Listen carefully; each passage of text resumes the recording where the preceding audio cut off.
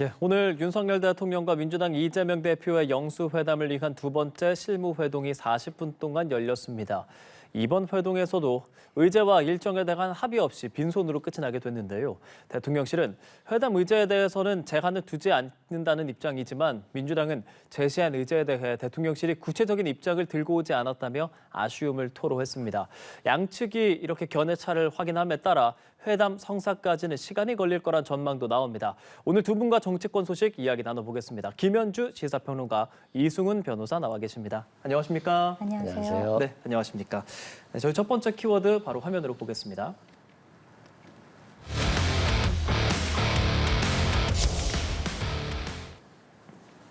예, 앞서 앵커멘트를 통해서 얘기했습니다. 의제 조율 난항.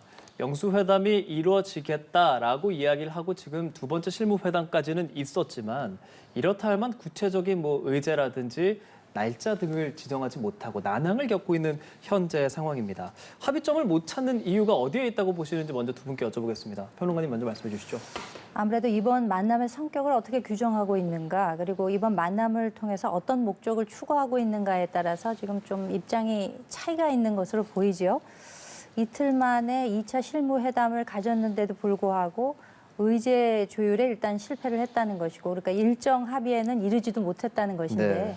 지금 민주당 측에서는 어렵사리 대통령과의 이 대표 간의 만남이 이루어지게 된 만큼 소기의 목적이 분명하신 것 같아요. 지금 의제로 말씀하시는 내용들을 보면 25만 원 전국민 지원금, 예. 그리고 최상병 특검법, 그리고 그동안 거부권 행사한 것에 대해서 이제 대통령이 사과를 했으면 좋겠다, 이런 것들을 테이블 위에 올려놨는데, 사실상 정무수석과 지금 한 분이 더 가서 2+2 회의를 했는데 여기에서 이에 대한 구체적인 검토안을 내놓기는 정말 어려운 그런 의제들이 아닌가 싶습니다. 그렇기 때문에 대통령실에서는 일단 이번에는 만남의 물꼬를 트고 두 네. 분이 서로 만나서 악수하는 모습을 보여주는 것만 해도 국민께 이제 큰 안심을 드릴 수 있기 때문에 좀 열린 형식으로, 자유 형식의 의제는 좀 구애받지 않았으면 좋겠다라는 입장, 그러니까 입장 차이가 크기 때문에 뭔가 결과물이 나오지 않지 않았나, 이런 생각을 해봅니다. 이번 회담의 목적을 어떻게 규정하느냐가 지금 다른 것 같다라는 말씀이신데요. 변호사님과 어떻게 말씀하시겠어요? 국민들 입장에서 보면 2년에 한 번 처음 만나는 거잖아요. 당연히 만나가지고 뭔가 문제들을 해결하고 민생을 해결하고 이제까지 숙제였던 최상병 사건 외압 의혹 사건이라든가 여러 가지 거부권과 관련해서 방송 3법이라든가 많은 문제들이 있었잖아요. 이런 문제들에 대해서 대통령과 야당 대표가 허심탄회하게 얘기하고 이 문제들은 이렇게 해결해보자라고 하는 어떤 가능성 있는 메시지들을 보여줘야 되는데 윤석열 대통령 입장에서 보면 그냥 야당 대표 만나서 밥 먹고 헤어지면서 2년간 못한 숙제 나는 해결했다. 야당 대표 만났다. 여기서 끝나려고 하면 그건 단지 윤석열 대통령의 바람일 것 같고요. 야당 대표 입장에서 보면 어렵게 만난 대통령과의 자리에서 그동안 야당이 원했던, 그리고 국민의 다수가 원했던 여러 가지 난제들을 풀고 싶어 하는 게 가장 중요할 것 같고요. 비단 최상병 이런 사건뿐만이 아니라 25만 원 민생지원금처럼 지금 국민들이 굉장히 힘들어하고 있고 민생이 굉장히 힘들기 때문에 그것에 대한 경제 대책으로서 국회와 정부 여당이 함께 뭔가를 풀어가고 싶어 하는 거거든요. 근데 이것에 대해서 의제를 탁 정하지 않고 그냥 만난다고 하는 것들은 결국에는 좀 밥만 먹고 만났다는 그런 보여주자는 형식에만 좀 국한하는 게 아닌가 싶어요. 예. 두 분께서 말씀하신 내용이 사실 오늘 이제 보도자료를 통해서 나온 내용과 거의 비슷합니다. 보면 홍철호 대통령실 정무수석은 의제 제한을 두지 않고 다양한 의견을 나누도록 하자고 제안했다. 다만 민주당의 천준호 비서실장은 그 제안한 의제에 대해서 구체적인 검토 결과를 제시하지 않았기 때문에 아쉽다라는 거거든요. 그 양 입장에 대해서 상대 입장을 좀 어떻게 생각하시는지, 구체적인 검토 결과 제시하지 않아서 아쉽다라는 입장에 대해서는 어떤 말씀하시겠어요? 아니, 지금 이 세 가지 안들에 대해서 예. 홍철호 정무수석의 입장에서 한번 생각을 해보세요. 어떤 가부간의 대답을 내놓을 수 있는 사안이 아니지 않습니까? 사실 두 분께서 마주 앉아서 일단은 이번에 서로 만남의 물꼬를 튼다는 데 의미가 있는 거예요. 우리가 흔히 하는 얘기로 첫 술에 배부르랴라는 이야기가 있지 않습니까? 근데 저는 첫 술에 배불러서도 안 된다고 생각합니다. 첫 술에 배부르면 체하죠. 그렇기 때문에 두 분이 서로 마주 앉아서 이게 무슨 남북회담도 아니고 국가 간 정상회담도 아닙니다. 두 분이 더군다나 이 대표께서는 그동안 2022년 8월 취임 이래 8차례 이상 영수회담 하자고 그동안 제안을 해 오셨었죠. 근데 이번에 이제 총선에서 나타난 민심의 결과 대통령실에서도 보다 소통하고 협치하라라는 국민의 뜻이 있었다는 것을 알고 대통령께서 직접 전화해서 이제는 만나자라고 흔쾌히 얘기를 하셨고 전격적인 제안을 또 받아들이시지 않았습니까? 그렇다고 하면은 두 분이 서로 마주 앉아서 흉금을 터놓고 그야말로 허심탄회하게 말문을 트는 것이 저는 더 중요하다고 생각하는데 이렇게 가다가는 이거 정말 이거 회담이 될 것이냐 안 될 것이냐 이런 걱정을 지금 하고 있는 것이거든요. 예. 그렇기 때문에 킬러 문항 같은 그 세 가지 안을 구체적으로 검토해서 가부간의 답을 내놔라 하는 것이 얼마나 무리한 사항이라는 점은 민주당 측에서도 아마 아시지 않을까. 그러니까 이번에는 만남 자체에 큰 의미를 두고 열린 마음으로 좀 테이블에 마주 앉도록 하는 게 가장 급선무가 아닐까 저는 그렇게 생각합니다. 지금 자막에 나오는 이 내용, 대통령실에서 의제 조율이나 합의 필요 없는 회담을 제안한다. 그러니까 물꼬를 트는데 의미가 있지 않느냐라는 입장에 무슨 말씀하시겠어요? 좋은 생각이신데 물꼬를 트고 나서 또 몇 달 후에 만나가지고 또다시 다른 현안에 대해서 논의를 하고 국정을 논의하고 민생을 논의한다면 그렇게 해도 될 것 같아요. 그런데 야당 대표 입장에서 2년 동안 못 만나다가 딱 한 번 만나는 건데 그 뒤로 또 대통령이 또 연락 안 하면 못 만나는 거 아니겠어요? 그러면 이번 기회에 그냥 차만 마시고 헤어지는 게 아니라 국민들이 요구하는 또 야당이 요구하는 것들을 얘기를 하고 물론 대통령이 많이 듣겠다 했다는데 듣고만 하고 끝날 수도 있어요. 그럼에도 불구하고 야당 대표 입장에서는 자신들이라든가 자신의 정책들에 대해서 얘기를 해야 되거든요. 그렇지 않으면 야당을 지지했던 야권을 지지했던 192석을 만들어줬던 국민들의 의사를 전달하지 못하는 결과가 되기 때문에 이번에 물꼬 트고 또 2달 후에 만나고 정례화해서 이런 방식으로 간다는 것 자체를 보장할 수 없기 때문에 야당으로서는 지금 민생 현안에 대해서 다음 기회로 미루지 못할 만큼 절박하다. 네. 이렇게 보시면 될 것 같고요. 지금 뭐 정말 정상회담 수준처럼 느껴져요.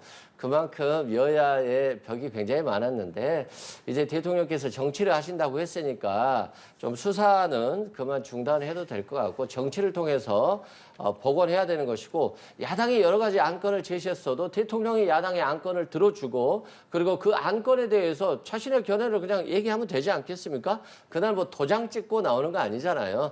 앞으로 우리가 향후에 이런 방향으로 한번 가보겠다 이런 것이니까 야당의 요구에 대해서 너무 그렇게 섭섭하게 대우하려고 하지 마시고 좀 폭넓게 좀 받아주시고 윤석열 대통령이 네. 대통령 됐을 때 어땠습니까? 그냥 잠바 입고 다니면서 그냥 뭐 김치찌개에 소주 한 잔 먹을 것처럼 털털한 사람이었는데 대통령 되시더니 갑자기 기자들도 안 만나고 야당 대표도 안 만나고 이렇게 나오니까 불통 소리를 듣고 있고요. 만약에 이렇게 간다라고 한다면 향후 3년간은 레임덕으로 가지 않겠어요. 그래서 대통령에게 별로 시간이 없는 것 같아요. 좀 야당에게 좀 더 넓은 자세로 좀 말을 좀 해줬으면 좋겠습니다. 알겠습니다. 일단 두 분의 입장은 좀 들어봤고요. 조금 전에 이러다가 만날 수나 있을까라는 말씀을 좀 해주셨잖아요.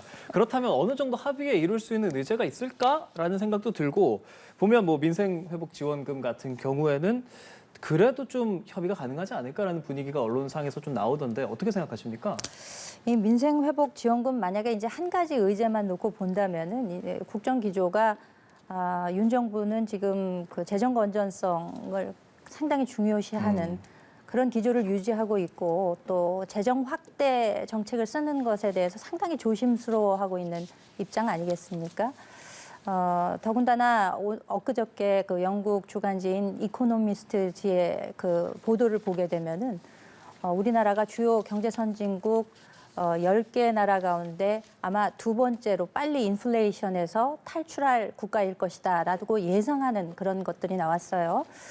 그렇게 된다면은 지금 현재 물가가 높아서 많은 민생의 어려움이 있습니다만 빨리 인플레이션에서 벗어나고자 하는 것에서도 이 25만 원을 전 국민에게 지원한다고 하는 것은 결코 좋은 영향을 미칠 수는 없겠죠. 그리고 지난번 그 코로나 지원금 사태 때도 KDI의 연구 결과를 보게 되면은 전체 지원금의 한 30% 정도만 소비 진작 효과가 있었다라는 결과도 나와 있기 때문에 국정 기조에도 좀 걸맞지 않고 전 국민에 대해서 25만 원을 지원하는 것은 13조 원이라는 어마어마한 재정을 또 필요로 하고 있지 않습니까? 그렇기 때문에 이에 대해서는 이제 논의가 필요할 것으로 보이고 다만 아까 말씀하시기를 뭐 이렇게 들어주시면은 좋을 것 같다라는 얘기를 하셨는데 네. 아마 저는 윤 대통령이 분명히 들어주실 것이라고 생각하는 것이 이번에 그 프레스룸에 직접 내려와가지고 기자들의 미니 회견을 하면서도 분명히 많은 이야기를 들으려고 모시려고 한다라는 얘기를 하셨고 그리고 전화번호도 휴대전화에 저장했다는 거 아니겠습니까? 그 이도훈 홍보수석이 발표할 때에도 앞으로는 자주 만나 차도 마시고 밥도 먹고 하자. 네. 이 얘기는 만남을 정례화하자는 얘기예요. 그러니까 상례적인 만남이 되게 되면 일이 풀리지 않으려도 저절로 풀리게 되는 것입니다. 한 몫의 모든 것을 해결할 수는 없는 만큼 일단은 이번 만남이 꼭 이루어질 수 있도록 하는데 양측에서 좀 그 주목을 하셔야 되지 않을까라는 예. 생각입니다. 전 국민 지원에 대해서는 다소 좀 부정적인 입장을 좀 주셨는데 이거를 그러면 선별적 지원으로 좀 논의 내용을 좀 바꾸게 되면 어느 정도 타협점이 있을 수 있을까? 민주당에서는 어떤 생각하십니까? 뭐 홍익표 원내대표께서 그런 말씀을 하셨죠. 대상의 폭을 조율을 할 수 있다라고 했기 때문에 전 국민이 아닌 일부 서민층, 중상층에 제한할 수도 있는 것이고요. 그렇게 조율이 가능한 부분이기 때문에 대통령과 야당 대표가 충분히 대화로서 해결할 수 있는 부분이 있다 생각되고요. 저는 이제 연합뉴스 기사에 방금 전에 봤는데 2년 만에 대한민국의 경제 성장률이 1.7%로 굉장히 높았다. 1분기 경제 성장률이. 근데 1.7%가 가장 높았다라고 하는 거 보니까 그만큼 얼마나 우리 경제가 나빴는지를 알 수 있습니다. 1.3%. 1.3%인가요? 그러니까 더 나쁜 건데요. 그만큼 민생 경제가 굉장히 어려워졌다 이렇게 보시면 될 것 같고요. 서민과 중산층을 위한 경제 정책들이 나와야 되는데 그렇지 못했기 때문에 민생 지원금 25만 원 얘기가 나왔다 보시면 될 것 같고요.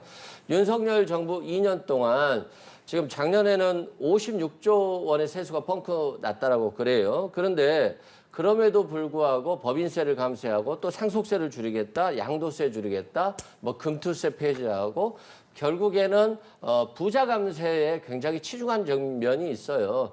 그것에 반해서 서민과 중산층을 위한 그리고 R&D 예산에 있어서 너무 인색하지 않았느냐라고 하는 것에 대해서 윤석열 정부가 좀 고민해 봐야 될 것 같고요. 과거에 이제 야당이 대통령이 하려고 하는데 못하게 하면 발목 잡는다 이렇게 하면서 역풍이 있었거든요. 근데 요즘 윤석열 정부와 경제부처를 보면 한다는 게 없어요. 그냥 적자가 많이 나니까 재정 건전성을 위해서 돈 안 쓰겠다는 말만 할 뿐이지 대파값이 오르고 물가가 오르고 사과값이 금값이 됨에도 불구하고 대안을 제시하지 못하고 있기 때문에 윤석열 정부를 지금 무능한 정부라고 하고 있는 거거든요.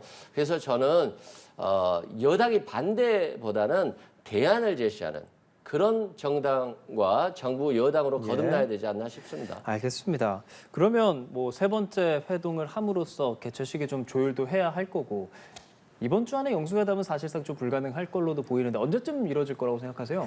원래 이 대표가 법원에 나가시는 스케줄이 있잖아요. 일주일에 2번 내지 이제 3번을 나가고 계신데 이번 주에도 그래서 사실 목요일에 가능하다라는 이야기가 있었는데 이미 이제 지나가 버렸으니까. 오늘이 목요일이죠. 예. 그리고 지금 사전 미팅이 이제 2차례 이루어졌는데도 좀 빈손 결과다. 지금 이런 평가가 있는 만큼 다음 주 중에라도 이루어지기 위해서는 좀 주말이라도 좀 부지런히 일정 조율을 해서 3번째 실무회담을 좀 가져서 꼭 국민들 보시기에 좀 안정감을 드릴 수 있는 이러한 만남이 빨리 이루어질 수 있도록 해야 되겠다라는 생각입니다. 네. 이승훈 변호사께서도 뭐 같은 생각하십니까? 네, 저도 같은 생각이고요. 뭐 어찌 됐건 여야가 만나야 되고 대통령과 야당 대표가 만나야 되고 그런 모습들이 국민에게 희망을 주고 그 과정에서 그냥 빈손으로 끝나는 것보다는 뭐라도 하나 합의해서 국민들께 드릴 수 있는 그런 모습들을 보여주는 게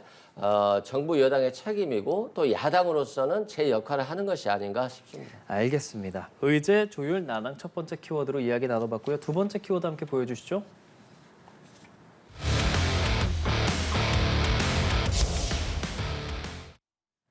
패인 분석 토론회, 국민의힘 이야기입니다. 총선이 끝이 나고 국민의힘 안에서 뭐 지금까지도 많은 이야기가 있는데 공식적으로 이제 토론회를 열었습니다. 참패 후에 2주 만에 열린 건데 분위기가 좀 쓴소리도 좀 많이 했다라고 전해지고 있는데 좀 들으시는 거 좀 있으십니까? 그렇죠. 뭐 여의도 연구원에서 이제 개최를 해서 왜 패배했는가에 대한 이제 분석이 이루어졌다는 것인데 저는 좀 다소 늦은 감이 없잖아 있다라는 생각입니다. 진작에 보다 통렬히 반성하고 어떻게 하면 앞으로 이 국면에서 탈출할 수 있을 것인가에 대한 의지가 좀 모아졌어야 했는데 좀 뒤늦은 감이 없지 않아 있고요. 주로 그 수도권 지역에서 당선된 분, 낙선된 분 이런 분들이 본인이 선거 캠페인을 펼치는 동안 시민들과 맞닥뜨리면서 들었던 여러 민심 이런 것들을 솔직히 토로하면서 뭐 대통령실에도 상당히 쓴소리를 내놓은 것으로 이제 그렇게 알려져 있죠. 특히 이번에 그 국민의힘이 수도권에서 상당히 패배를 했습니다. 전체 122개 의석 가운데 19석 가져오는데 이제 그쳤으니까요. 또 특히 경기도만 놓고 보자면은 뭐 더 참패한 상황이기 때문에 그러니까 뭐 경기도는 포기했느냐 그래서 뭐 경포당. 수도권 포기했으니까 수포당 이런 이야기 나오고 또 40대는 워낙 민주당 지지세가 강하다 보니까 이제 사포당인데 40대를 포기할 것이 아니라 40대를 포위해야 된다라는 이제 주장도 나왔거든요. 그 도봉갑에서 당선된 김재섭 당선자의 얘기를 듣자니까 본인은 정당, 중앙당에서 하는 것과 반대쪽으로만 나갔다는 거예요. 예. 지난 4년 동안 뭐 이제 중앙당에서 이제 현수막 개첩하는 거를 이렇게 내려오거든요. 이런 걸로 몇 개를 일주일에 이렇게 달아라 이런 게 나오는데 그거를 하나도 안 달았다는 거예요. 지난 네. 4년 동안. 하나도 달지도 않고 선거 캠페인 할 때 뭐 2조 심판론 이런 것들을 좀 내세웠지 않습니까? 근데 그 얘기는 자기들 한마디도 안 했었다는 네. 거예요. 그래서 이제 어떻게 보면 정치적 판단에 의해서 이제 그런 캠페인을 펼친 결과 이제 본인이 당선될 수 있었다는 것인데 아무래도 수도권에서 당선되거나 낙선된 분들의 목소리가 앞으로 조금 더 당 정 간의 관계 혹은 당의 운영에 있어서도 더 반영돼야 된다는 그런 그 의견이 분출했던 것으로 그럼 보입니다. 짧게 하나만 덧붙여서 여쭤보면 그래서 그 당 안팎의 쓴소리를 얼마나 반영할 수 있을 거라고 생각하세요? 글쎄요, 뭐 지금 현재 당이 어떤 체제로 운영되어야 할지 비대위 체제도 지금 갈피를 못 잡고 있는 상황이라서 정식으로 이제 지도부가 마련이 되고 그 지도부가 대통령실과의 관계를 어떻게 구축할 수 있느냐. 대통령실과의 수평적이고도 건강한 관계를 만드는 것이 일단 급선무가 아닐까 그렇게 생각이 됩니다. 알겠습니다. 이승훈 변호사 뭐 상대 당이라 조심스러울 수 있겠지만 지금 이렇게 토론회를 열고 쓴소리를 주고받고 있는 이 상황에 대해서는 어떤 평론하시겠어요? 당연히 쓴소리는 굉장히 좋은데 문제는 그 쓴소리를 대통령이 받아들일 것인가는 굉장히 부정적이에요. 물론 그런 부정적인 생각들이 결론으로 이어진다라고 한다면 국민의힘은 어려워지고 민주당은 계속적으로 국민의 지지를 받을 것인데 그러한 결과들을 예상하면서도 지금 대통령이 그래 왔잖아요. 강서구청장 선거 때 국민이 보여줬거든요. 이번에 못 고치면 총선에서 또 다시 그런 결과를 보여줄 것이다. 이렇게 보여줬음에도 불구하고 그걸 그대로 해왔기 때문에 저는 이번에도 어렵지 않나 싶고 정말 좀 정치 지형이 변하는 것 같아요. 40대, 50대가 민주당 지지층으로 공고해지면서 60대, 70대가 국민의힘을 지지하는 걸로 되고 있거든요. 그런데 20, 30대가 민주당을 지지하는 경우가 더 많아지고 있기 때문에 결국에는 국민의힘이 상당히 힘들어지는 것이고 세대포위론, 이준석 전 대표가 얘기했던 세대포위론이 실행되지 않는다라고 한다면 현실적으로 국민의힘은 앞으로도 계속적으로 어려워질 것이고 그렇기 때문에 3번 연속 국회의원 선거에서 총선에서 패배하지 않았습니까? 이런 것들이 정말 절치부심해서 변화하지 않는다라고 한다면 뭐 공고화 될 것으로 보여지고요. 그런 측면에서는 국민의힘도 변화해야 되고 다만 국민의힘이 변해야지만이 뭐 민주당이라든가 정치 지형이라든가 또는 중도층 성향의 국민들 그리고 중도를 지향하는 정치 세력들이 좀 더 활동할 수 있는 공간들이 넓어질 것인데 국민의힘과 윤석열 대통령이 변하지 않으면 결국에는 강대강으로 가는 거거든요. 그래서 강성 팬덤으로 갈 수밖에 없기 때문에 그렇게 좋은 정치 지형으로 가고 있지는 않은 것 같다 이런 생각이 듭니다. 알겠습니다. 이런 가운데 조금 전에 이제 지도체제 좀 얘기를 해주셨으니까요. 당대표, 원내대표 선출 이 부분에 대해서 이철규 의원이랑 나경원 의원 함께해서 지금 뭐 나이 연대다라는 말도 함께 나오고 있고 물론 지금 두 분 모두 부인은 하고 있는 상황인데 이런 얘기 왜 나왔겠습니까? 이번에 100석 넘게 국민의힘에서 가져갔습니다만 108석을 가져갔죠. 예. 그 가운데서 범친윤계라고 소위 굳이 분류를 하자면은 한 60여 명 정도가 된다고 해요. 물론 뭐 그 비율이 민주당의 친명계보다는 낮습니다만 어쨌든 주로 영남 쪽에서 많은 분들이 당선이 되셨고 중진들이 많이 당선이 되셨고 그렇기 때문에 굳이 분류를 하자면 뭐 친윤계다 이제 이렇게 이야기를 할 수가 있겠습니다만 저는 이 뭐 나이 연대 이런 이야기가 나오는 것 자체가 국민의힘에는 별반 좋을 게 없다는 판단을 하고 있습니다. 왜냐하면 이거 자체가 지난 3.8 전당대회에서 있었을 때 김장연대를 떠올리거든요.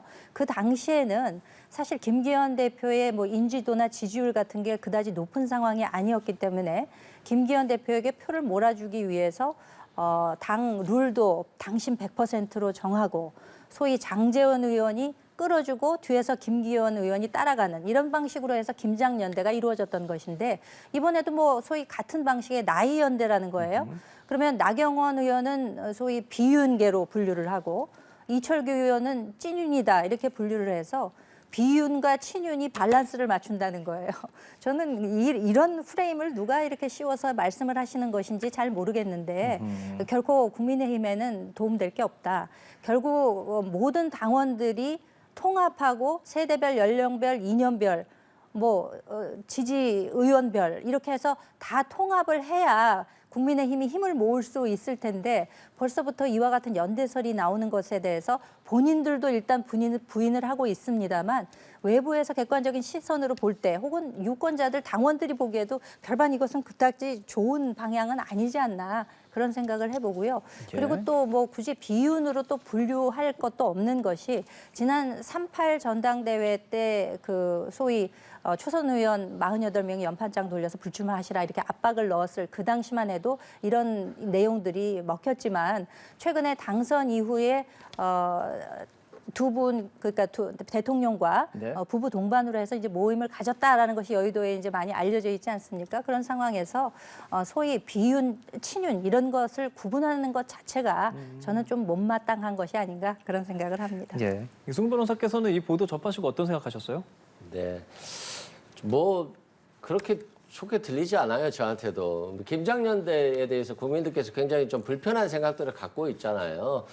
대통령실에서 억지로 밀어가지고 후순위의 후보가 당대표가 됐으니까요. 근데 결국 어떻게 됐습니까? 김기현 대표는 그냥 뭐 또 쫓겨났잖아요. 그런 측면에서 이미지 자체가 좋지 않고 또 나이연대도 마찬가지지 않겠습니까?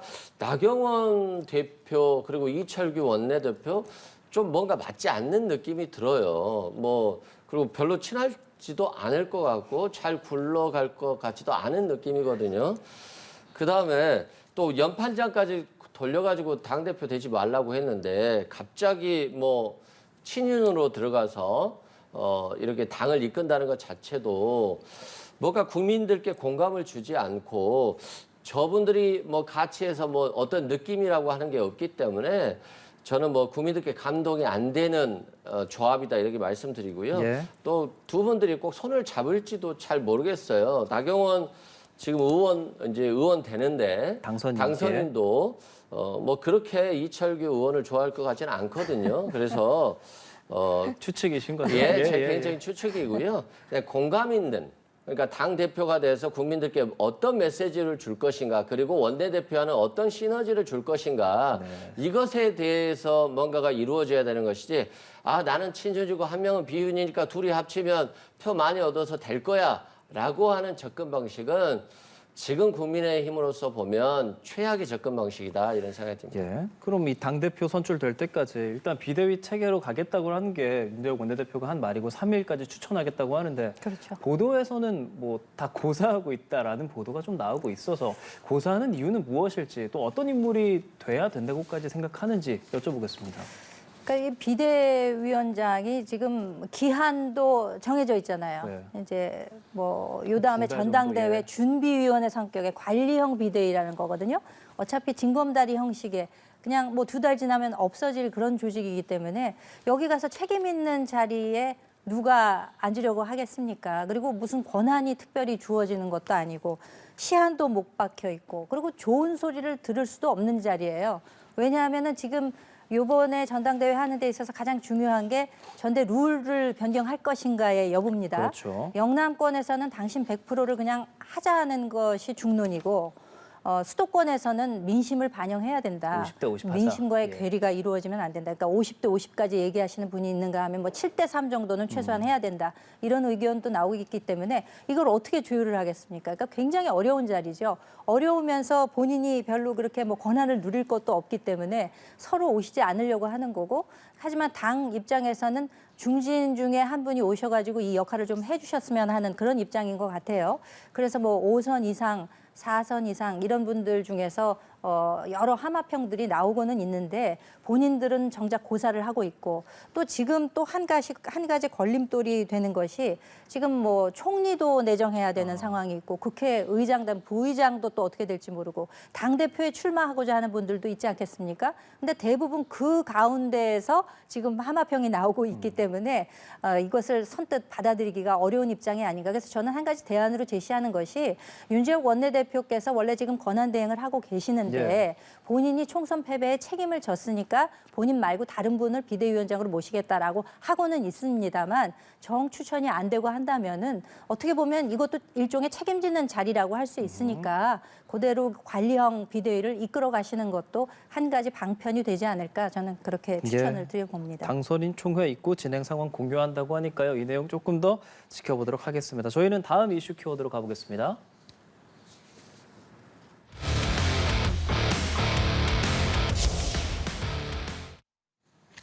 예, 원내대표 단독 추대, 이번에는 민주당 이야기입니다. 지금 물망에 올랐었던 뭐 김민석, 김성환, 서영교 의원, 오늘은 박주민 의원까지도 불출마 선언을 했어요. 언론에서는 박찬대 의원이 사실상 이제 후보 등록을 처음으로 그리고 어쩌면 이게 마지막일 수 있는, 그러니까 유일하게 등록할 것이다. 뭐 단독 출마로 지금 굳어지는 분위기가 당내에 있습니까?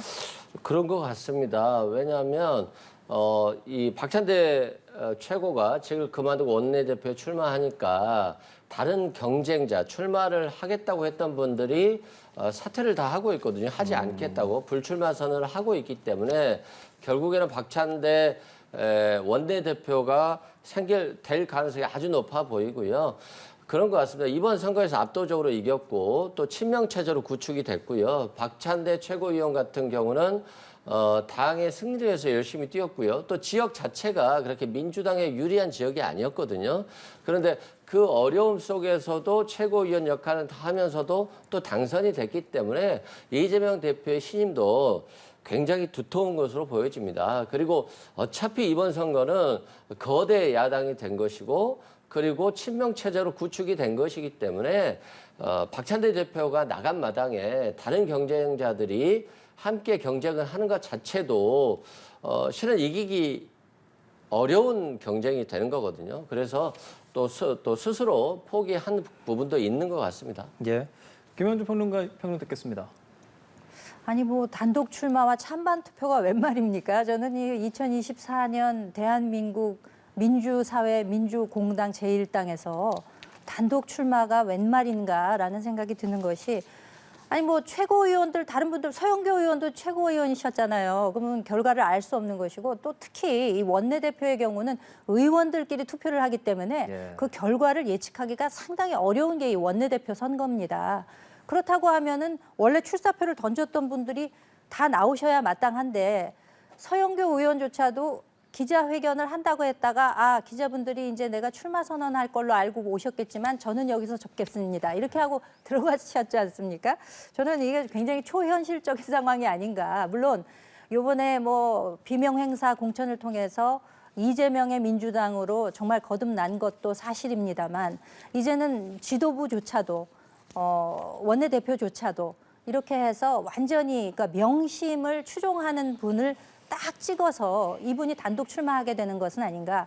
그 며칠 전에 그 당원존에서 라방 하시면서 이재명 대표가 아니 박찬대 의원 어디 계십니까? 와보세요 하고 이번에 출마하신다면서요. 이렇게 해주신 것이 완전히 사인을 주신 거죠. 이렇기 때문에 강성 지지층을 향해서 완전한 사인을 준 것이고 나머지 분들도 줄줄이 스스로 알아서 교통정리를 한 것이 아닌가. 이게 과연 민주적인 행태라고 할 수 있을지 의문이 갑니다. 명심으로 인한 교통정리가 사실상 이뤄진 것이다. 단독 후보의 찬반 투표가 웬 말이냐라고 말씀하셨습니다.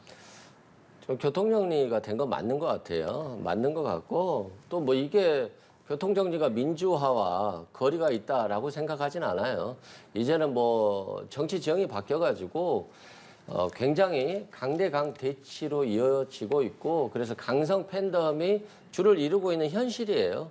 그리고 중도 성향의 정치인들이 후퇴하는 상황이거든요. 그래서 이것들을 뭐 굳이 이게 민주화냐 아니냐의 문제로 바라보는 것은 전혀 지금 현실과는 다르다 이런 말씀을 드리고요. 예. 이렇게 된 이유 자체가 윤석열 대통령이 너무 못하니까 그리고 윤석열 대통령이 너무 야당 탄압을 하니까 이 정적 제거에만 올인하니까 이 강성 지지자들이 굉장히 분노 게이지가 높아지면서 당원들이 당원 투표에서 집중적으로 몰아주는 거거든요.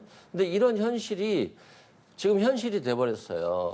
뭐 네. 경선을 하든 뭘 하든 뭐 원내대표 선거는 국회의원들이 합니다만 국회의원 후보자들이라든가 이런 선거들은 결국엔 당원들의 당심이 굉장히 중요한 거거든요. 그런데 당심이 그렇게 돼버렸기 때문에 이런 것들을 비판할 건 아니고 하나의 사회 현상으로 보면 될 것 같고요. 박찬대 최고위원 같은 경우는 굉장히 품성도 좀 사람들이 봤을 때 좋다라고 평가하시고 굉장히 합리적인 분이세요. 다만 이제 여당과의 관계에 있어서 강하게 보이긴 하시지만 품성이라든가 합리적인 분이라든가 여러 가지 측면에서 굉장히 훌륭하신 분이라고 저는 개인적으로 네. 생각하고 있기 때문에 별 무리 없이 원내대표가 된다 할지라도 여당과의 관계에서 잘 해결해 갈 거라고 생각됩니다. 예. 제가 한마디만 덧붙이자면은 글쎄 품성은 좋으시니까 당 그 대표 옆에서 얼굴에 묻은 것도 띄워주시고 하시겠죠. 이제 그거는 알겠습니다만 지금 당내 민주주의를 이야기하고 있지 않습니까? 출마 기회조차 주지 않는 거는 이거 당내 민주주의가 작동하고 있다고 보기 어려운 것이고요. 그리고 뭐 사회 현상이라고 말씀을 하셨는데 강성 지지층에 의해서 이와 같은 사회 현상의 결과다라고 말씀을 하셨는데 이건 지금 민주적 정당 내에서 공당 내에서 원내대표를 뽑는 거 아니겠습니까? 원내대표는 원래 그 국회법에 따라서 국회의원들이 선거를 하도록 되어 있습니다. 국회의원은 각각 한 명이 전부 헌법기관이자 입법기관, 국민의 대표라고 불리우는 분들이죠. 국민의 대표를 왜 뽑았습니까? 대의제 민주주의를 실천하기 위해서 뽑은 것인데 이 대의제의 거대 취지를 완전히 그 형해화시키는 이와 같은 지금 태도를 보이고 계시는 거거든요. 그렇기 때문에 이 당내 민주주의가 결코 작동하고 있지는 않다라는 점 지적을 하겠습니다. 짧게만 반론 듣겠습니다. 뭐 경쟁자들이 안 나온다는데 어떻게 합니까? 자발적으로 안 나온다는 거잖아요. 이게 예. 당내 민주주의라기보다는 뭐 차기 원내대표를 노리는 거다 이렇게 보시면 될 것 같습니다. 예, 두 분께 마지막으로 짧게 좀 질문 드리겠습니다. 조국혁신당 첫 원내대표 자리에 이제 황운하 의원이 오르게 됐는데 지금 조국혁신당은 뭐 공동 원내 교섭단체 구성에 조금 난항을 겪고 있다는 상황에서 이재명 대표와 조국 대표가 비공개로 만찬 회동했다는 게 공식적으로 지금 알려졌어요. 어떻게 봐야 되는 건지요? 저는 개인적으로 좋은 자리를 마련했다. 대통령이 야당 대표에게 손을 내밀고 회동을 하자고 했듯이 뭐 1야당이 2야당에게 조국 대표에게 얘기를 해서 앞으로 22대 국회가 간다라고 한다면 어떻게 하면 잘 운영할 수 있을지에 대해서 충분히 논의할 수 있고 또 조국혁신당이 필요하는 것이라면 도와줄 수도 있고 또 조국혁신당도 또 대여 관계에 있어서 선명성을 가지고 활동할 수 있기 때문에 저는 뭐 어떻게 보면 두 분 다 정부의 어떤 표적이 돼서 정적으로 돼서 제거 대상이 됐었습니다만 결국에는 다시 화려하게 복귀한 것이기 때문에 저분들이 또 이 기회가 됐을 때 국민들이 원하는 것들을 잘 풀어갈 수 있는 그런 해안들을 함께 예. 하는 것은 굉장히 좋다고 보여집니다. 지금 영수회담을 앞두고 있는 시점에 저렇게 악수하는 사진이 공개적으로 좀 공개가 됐어요. 둘과의 관계 어떻게 전망하십니까? 그러니까 총선 전과 후가 지금 사실 이재명 대표와 조국 혁신당 또 민주당과 조국 혁신당이 상당히 그 관계가 소위 밸런스가 좀 깨져 있는 건 사실이거든요.